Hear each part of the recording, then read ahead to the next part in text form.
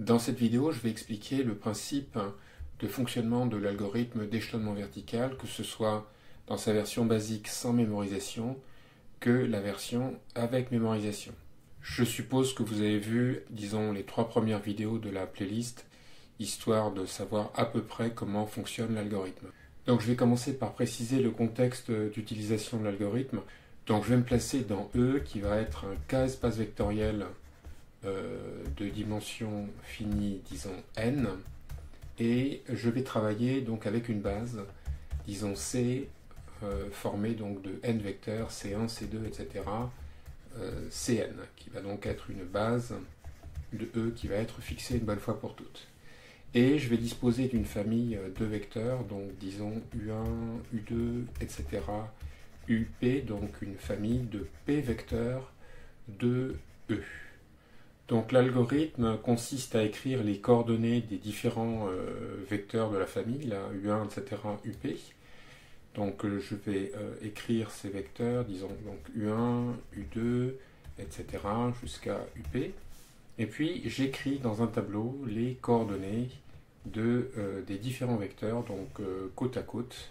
Là j'ai des vecteurs colonnes qui donc représentent les coordonnées dans la base que je me suis fixée, dans la base C. Donc D, il y a n composantes des différents vecteurs de la famille. Donc ça c'est l'étape de départ de l'algorithme. Et l'algorithme consiste à écrire une suite de tableaux qui vont être étiquetés comme précédemment par des vecteurs. Donc je vais avoir ensuite un deuxième tableau donc, qui va être pareil, formé de colonnes qui seront des coordonnées de vecteurs. Donc il y en a toujours le même nombre, il y en a le même qu'au départ, c'est-à-dire qu'il y a P vecteurs colonnes. Dans ces colonnes, on trouve les coordonnées de nouveaux vecteurs, disons U'1, U'2, etc., jusqu'à U'P. Et le point important à comprendre, c'est que chacun de ces nouveaux vecteurs s'obtient à partir des précédents en faisant des combinaisons linéaires. Donc les nouvelles colonnes sont des combinaisons linéaires, d'une façon qu'on va préciser ultérieurement, des colonnes du tableau précédent. Donc l'idée de base de l'algorithme consiste à creuser des lignes du tableau. Donc par exemple, au bout d'un certain nombre d'étapes, eh bien, on va obtenir, moi je sais pas, un tableau qui pourrait avoir la forme suivante. Donc on va toujours avoir nos P colonnes, et puis on va avoir la première ligne qui va être creusée avec des zéros. Donc on va avoir des zéros partout sur la première ligne, sauf à gauche, où on aura un coefficient, disons A1, qui lui sera différent de 0 et qu'on va appeler donc un pivot. À chaque étape, les colonnes qu'on voit représentent en fait des vecteurs. Donc le but à terme, c'est d'obtenir un tableau échelonné. Donc grosso modo, ça va avoir la forme suivante. On va avoir un échelonnement. Voilà, disons par exemple quelque chose comme ça. Et puis donc ça c'est l'échelonnement qu'on obtient. Là on a toujours nos vecteurs. Donc ici on va avoir le vecteur E1, E2, etc. jusqu'à disons ER. Et puis ER plus 1, etc. EP. Donc on obtient une matrice échelonnée, c'est-à-dire que ici on a des coefficients, disons A1, ici A2, ici A3, etc. Ici AR qui sont différents de 0. Et puis partout ailleurs, on a des coefficients qui sont nuls. Donc au-dessus, bien sûr, partout au-dessus. Mais ici aussi, on a un bloc ici qui est formé de P moins R colonnes qui sont nulles. Donc les éléments qu'on a aux angles ici de l'échelonnement, eh bien, ce sont ce qu'on appelle des pivots. Donc ici, il s'agit de A1, A2, etc., AR, et les pivots sont toujours différents de 0.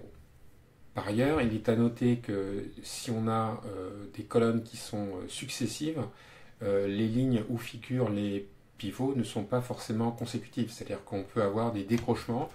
Par exemple, on peut avoir A1 qui est ici, puis après un élément là, puis encore un élément là, et puis le pivot suivant qui arrive donc pas à la ligne qui est directement en dessous de A1, mais vous voyez, 3 lignes en dessous. Là, je suis revenu au tableau de départ, et dans toute la suite, je vais appeler grand F le sous-espace vectoriel engendré par les vecteurs de la famille F, donc les vecteurs U1, U2, etc., jusqu'à UP. Maintenant, il y a deux propriétés fondamentales à signaler lors du déroulement de l'algorithme. On voit qu'on écrit donc une succession de tableaux dont les colonnes correspondent à donc des familles de vecteurs, de P vecteurs à chaque fois.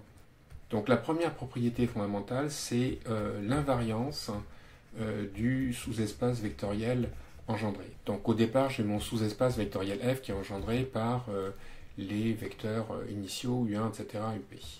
Quand j'écris le tableau suivant, eh bien, les colonnes correspondent à des vecteurs, disons, U'1, U'2, etc., U'P. Eh bien, la propriété fondamentale, c'est que le sous-espace vectoriel engendré par les nouveaux vecteurs est le même que le sous-espace vectoriel qu'on a au départ. Et puis, quand cette propriété se propage, c'est-à-dire que si on considère le tableau suivant encore, hein, dont les vecteurs colonnes vont représenter des vecteurs, disons, U seconde 1, U seconde 2, etc., U seconde P, eh bien ce sera encore, ils engendreront encore le même sous-espace vectoriel. Donc, et ainsi de suite jusqu'au dernier tableau, qui est le tableau échelonné. Donc avec les notations de tout à l'heure, c'est le sous-espace vectoriel engendré par donc E1, etc., ER, etc., EP. La deuxième propriété, c'est la propriété d'échelonnement qu'on va voir avec le dernier tableau donc, que j'ai reproduit ci-dessous. Donc on remarque que le dernier tableau, il est formé en fait d'une matrice échelonnée qui est ici, et puis le reste c'est formé de 0. Et c'est les vecteurs qu'on a en colonne, dans les R premières colonnes, qui correspondent donc aux R colonnes de la matrice échelonnée, correspondent à des vecteurs E1, E2, etc., ER. La propriété fondamentale, c'est que la famille qui est représentée là, E1, E2, etc., ER, est une famille qui est libre. Et si je couple ça avec la première propriété, ça nous prouve en fait que cette famille E1, etc., ER est une base de F. La raison fondamentale sera expliquée un petit peu plus loin, mais ça tient donc à l'échelonnement de la matrice. Maintenant, on va expliquer l'étape fondamentale qui permet de passer d'un tableau au tableau suivant. Alors imaginons qu'on soit arrivé à une étape où on a échelonné les i-1 premières colonnes. Donc ici on a le vecteur V1, le vecteur V2, etc. jusqu'au vecteur VI-1.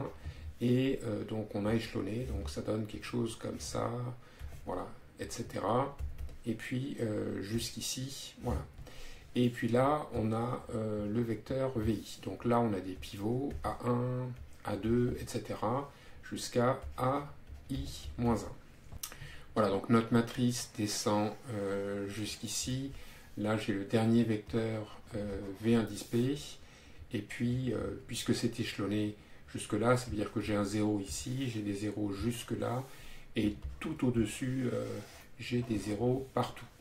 Donc je regarde sous la ligne qui est ici à la recherche d'un pivot, d'un coefficient non nul. Donc admettons que j'ai un coefficient non nul qui soit par exemple ici dans cette colonne. Eh bien qu'est-ce que je fais si donc le coefficient non nul n'est pas dans la colonne VI? Eh bien j'échange les colonnes VI. Donc disons que le coefficient A non nul soit à la colonne où il y a le vecteur VJ. Donc à ce moment-là, je vais échanger donc ces deux colonnes pour faire en sorte que donc, le pivot soit dans la colonne où il y a VI. Maintenant que j'ai un coefficient donc A différent de 0 dans la colonne courante, je vais par exemple essayer de creuser la ligne. Donc le but, c'est en plusieurs étapes de remplacer par des zéros tous les coefficients qui sont ici. Donc imaginons que à la colonne où il y a le vecteur VJ, il y ait un coefficient, disons, B, nul ou pas, peu importe, et que donc je cherche à transformer ce B en 0. Alors c'est quoi l'idée? Eh bien l'idée, ça consiste à remplacer le vecteur VJ de la manière suivante. Je vais multiplier la colonne où il y a le pivot par moins B, donc B étant la valeur qui est ici, et je vais multiplier la colonne où il y a VJ par A. A, c'est le pivot.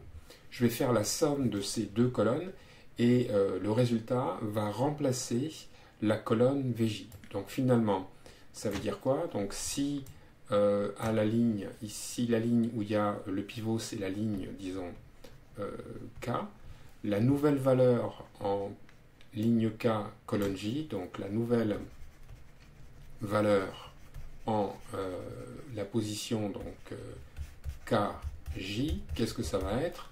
Eh bien, j'ai dit que je multipliais par moins B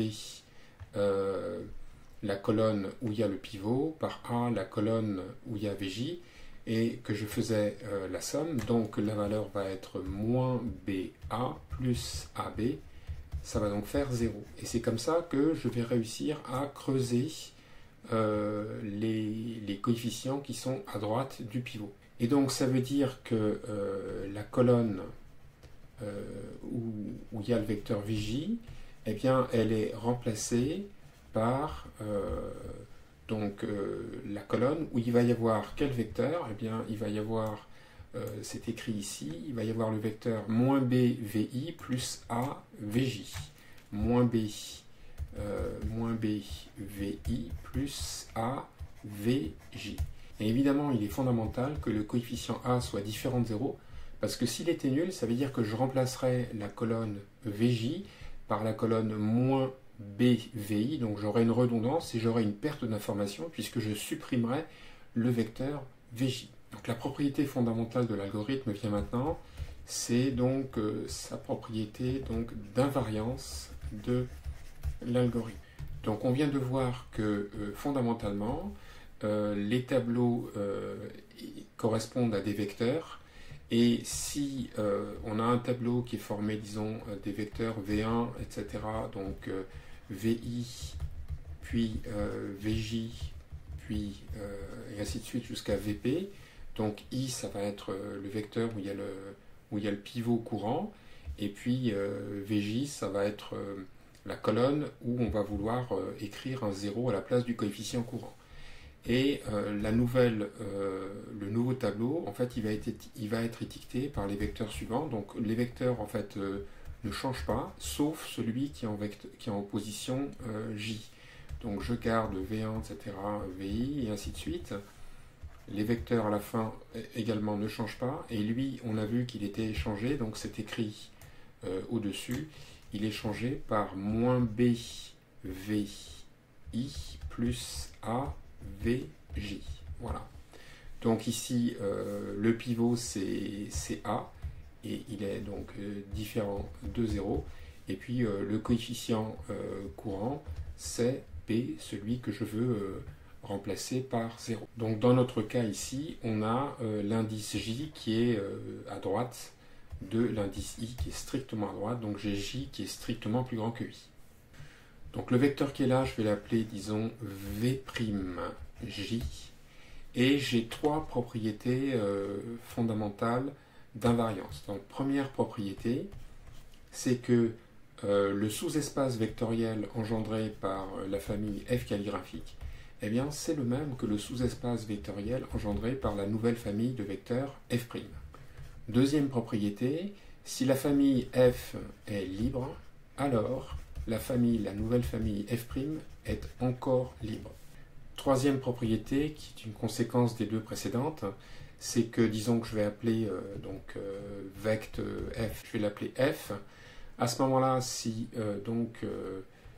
F est une base, la F calligraphique est une base de F, il s'ensuit que la famille F' est une base encore de F. Donc je vais prouver par exemple la première propriété, à savoir donc le sous-espace vectoriel engendré par la première famille est le même que le sous-espace vectoriel engendré par la deuxième famille. Donc j'ai les familles qui sont ici, et il est à peu près clair que le sous-espace vectoriel engendré par F' est inclus dans le sous-espace vectoriel engendré par F, pour la simple et bonne raison que les vecteurs de F' sont tout simplement des combinaisons linéaires des vecteurs de F. Donc par expansion, il est clair qu'on a donc l'inclusion que le sous-espace vectoriel engendré par F' est un sous-espace vectoriel du sous-espace de vecteur f. Maintenant, on va démontrer donc l'inclusion réciproque, c'est-à-dire qu'on va montrer donc que le sous-espace vectoriel engendré par f est inclus dans le sous-espace vectoriel engendré par f'. Donc je vais donner un nom à ce sous-espace, je vais l'appeler f'. Donc pour démontrer cette inclusion, il suffit que je démontre que chaque vecteur générateur de la famille donc du sous-espace vecteur f, donc de la famille f calligraphique, appartient à f'. Or si je regarde, je vois que c'est le cas de pratiquement tous les vecteurs, sauf peut-être le vecteur Vj. Donc tout revient à prouver que le vecteur Vj appartient à f'. Or, qu'est-ce que je sais? Je sais que le vecteur V'J égale moins BVI plus AVJ. Donc je disais que le vecteur V'J égale moins BVI plus AVJ appartient à f'. Mais le vecteur VI lui-même fait partie des vecteurs de la famille f'. Donc lui, il appartient au sous-espace f'. J'en déduis donc que le vecteur AVJ est égal à V'J plus BVI, et bien que ce vecteur, il appartient à f'. Pourquoi? Et bien parce que le vecteur V'J, on vient de voir qu'il est dans f', et puis on vient de voir que le vecteur VI est dans f', donc par combinaison linéaire, f' étant un sous-espace vectoriel, le vecteur appartient bien à f'. Alors je vais lui donner un nom, je vais l'appeler, disons, le vecteur W, et donc j'en déduis que le vecteur Vj, alors c'est là qu'intervient le point capital, que le pivot n'est pas nul. Donc A est différent de 0, donc le vecteur Vj c'est 1 sur A W. Et on vient de voir à l'instant que W appartenait à f', et donc par stabilité, j'en déduis que Vj appartient à f', ce qui établit le résultat que nous souhaitions et qui suffit à démontrer l'inclusion. Passons maintenant à la question de la matrice échelonnée. Quand on arrive à la dernière étape de l'algorithme, on a donc une matrice échelonnée qui est étiquetée par des vecteurs E1, E2, etc., ER, et puis après dans le tableau, j'ai des vecteurs ER plus 1, etc., jusqu'à EP qui représentent donc chacun le vecteur nul. Ma matrice échelonnée, elle a la forme suivante, hein, voilà. Je vais avoir donc des pivots ici, A1, A2, etc., jusqu'à A indice R, et donc par construction, A1, A2, etc., AR sont différents de 0.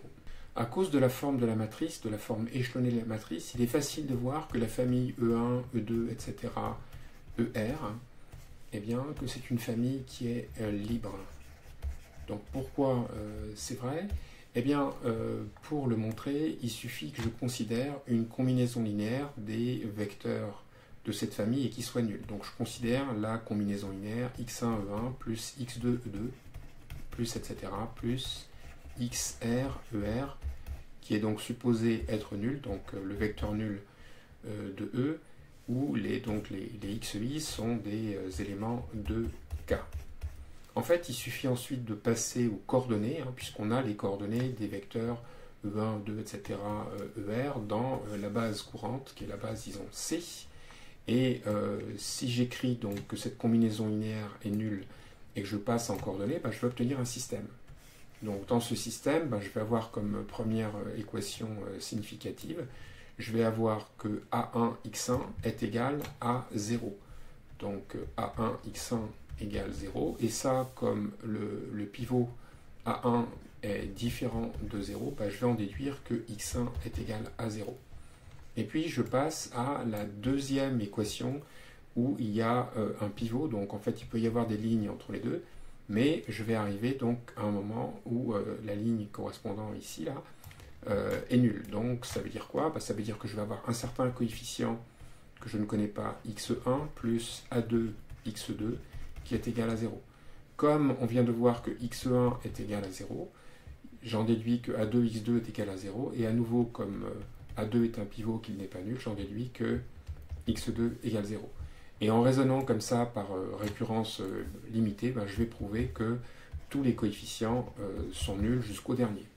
Donc ça prouve quoi? Eh bien, ça prouve que la famille qui est ici est une famille libre. En particulier, donc, on en déduit que la famille E1, E2, etc., ER est une base de F. Donc F, c'était le sous-espace vectoriel qui était engendré par les P premiers vecteurs U1, etc., UP qu'on avait choisi. En effet, on a vu par invariance tout à l'heure que le sous-espace vectoriel engendré par tous les vecteurs qui sont ici était le sous-espace F.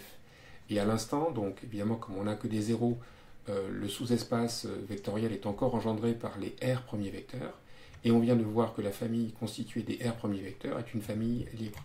Par conséquent, c'est clairement une base de grand F. Donc on a vu qu'à chaque étape de l'algorithme, on obtenait donc un tableau qui était plus ou moins échelonné, et les vecteurs qui correspondent aux coordonnées qui sont écrites en colonne dans le tableau sont en fait des combinaisons linéaires des vecteurs du tableau précédent. Donc finalement, comme tout a démarré avec les vecteurs qui étaient les vecteurs de la famille F, donc U1, etc., UP, ça veut dire qu'à chaque étape, les vecteurs qui sont représentés par les vecteurs colonnes sont des combinaisons linéaires des vecteurs qu'on avait au départ. C'est en particulier le cas lorsqu'on arrive à la dernière étape de l'algorithme. Donc imaginons que ce soit le cas, donc je vais effacer, et puis supposons que je sois à la dernière étape de l'algorithme. Donc là j'ai le vecteur, disons VR, et donc là j'ai un vecteur V indice K avec K qui est strictement plus grand que R, et donc le vecteur qui est là, eh bien il est dans une... il représente en fait, il étiquette une colonne nulle, donc ça veut dire que le vecteur VK, il est égal au vecteur nul de l'espace. Mais comme on vient de dire, si on fait l'algorithme avec mémorisation, eh bien on connaît VK comme une combinaison linéaire, hein, c'est une somme des xi, ui. Puisque faire la mémorisation, ça signifie que à chaque étape, chaque vecteur qui étiquette une colonne est connu comme combinaison linéaire des vecteurs de la famille initiale.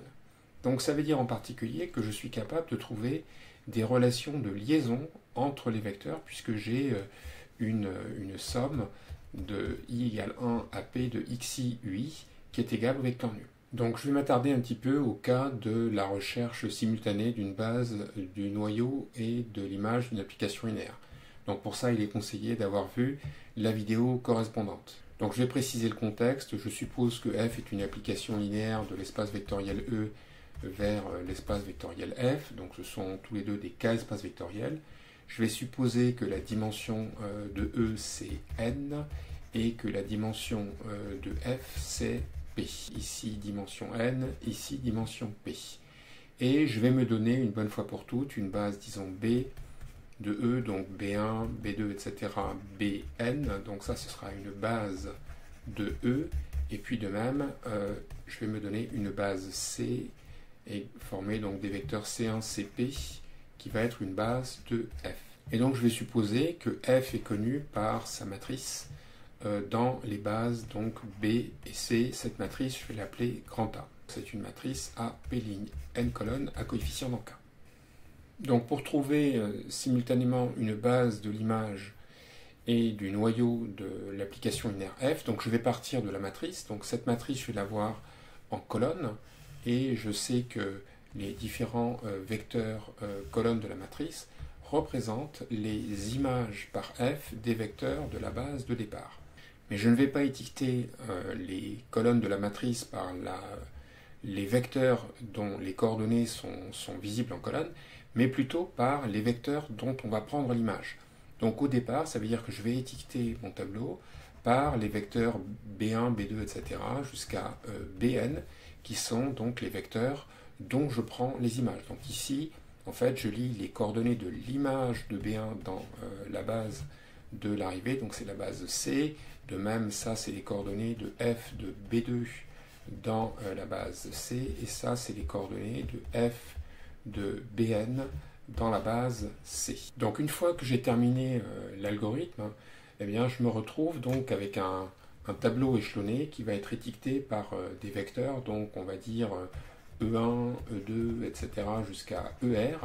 Puis après, je vais avoir ER plus 1, etc. jusqu'à EN. Donc là, je vais avoir un tableau qui va être échelonné, etc. jusque ici. Voilà, ma matrice se termine là. Et puis donc là, j'ai des colonnes de 0 à partir de du vecteur ER plus 1. Et puis évidemment, au-dessus de mon échelonnement, j'ai que des 0. Et puis j'ai les pivots A1, A2, etc. à R qui sont différents de 0. Donc commençons par le plus simple, à savoir la détermination d'une base de l'image de f. Déjà, on sait que l'image de f, c'est le sous-espace vectoriel engendré par les images des vecteurs de la base de départ. Donc les vecteurs de la base de départ, c'est B1, etc. jusqu'à Bn.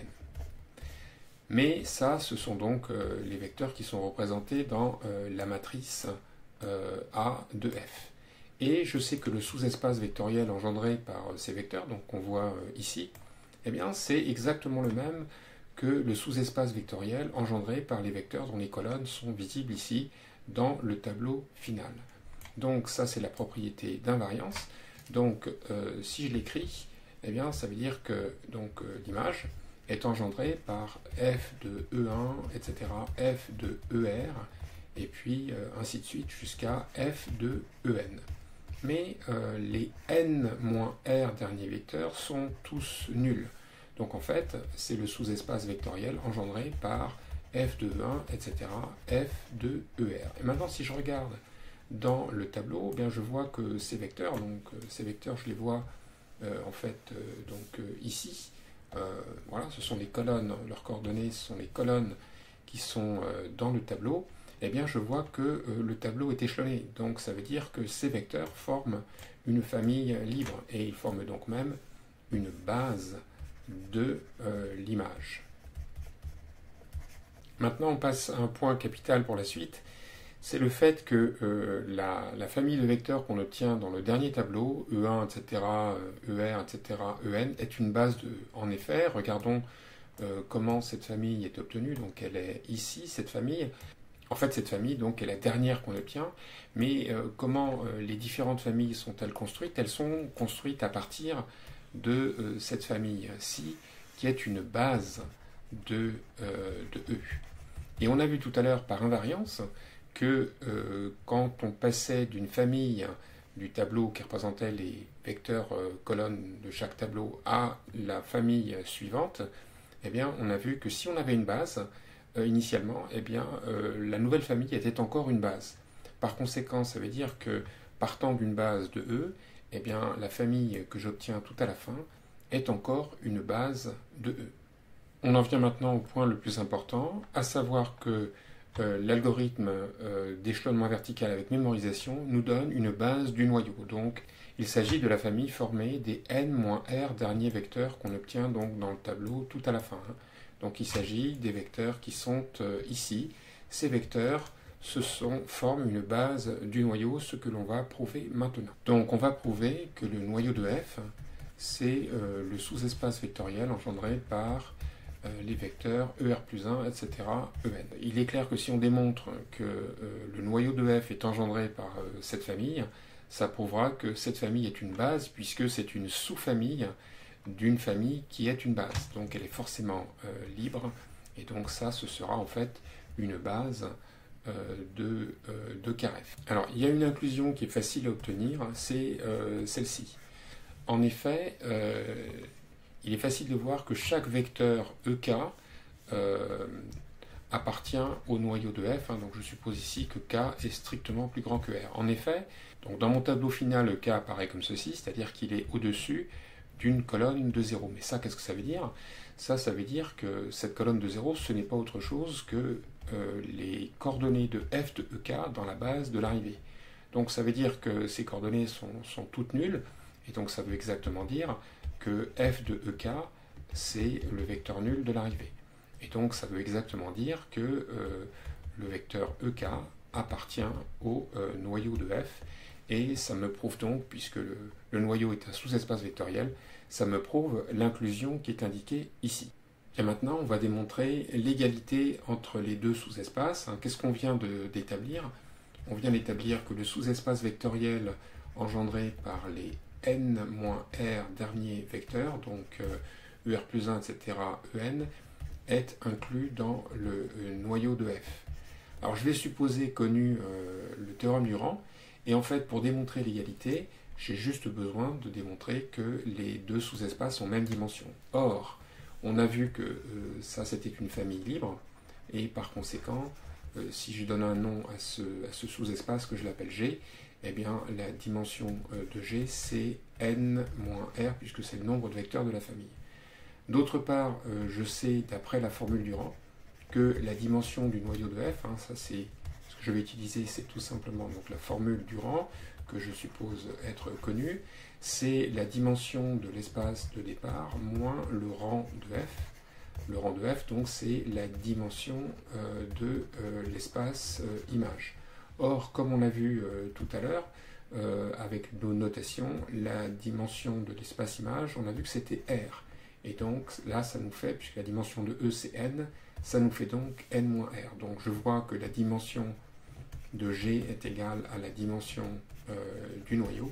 Et comme j'avais une inclusion, eh bien, il y a un théorème d'algèbre linéaire qui nous assure qu'en fait, on a l'égalité donc, des deux sous-espaces, donc le sous-espace engendré par les n-r derniers vecteurs et le noyau de F qui correspond à ce que l'on voulait démontrer.